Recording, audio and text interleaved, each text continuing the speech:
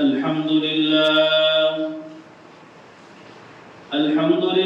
نحمده ونستعينه ونستغفره ونؤمن به ونتوكل عليه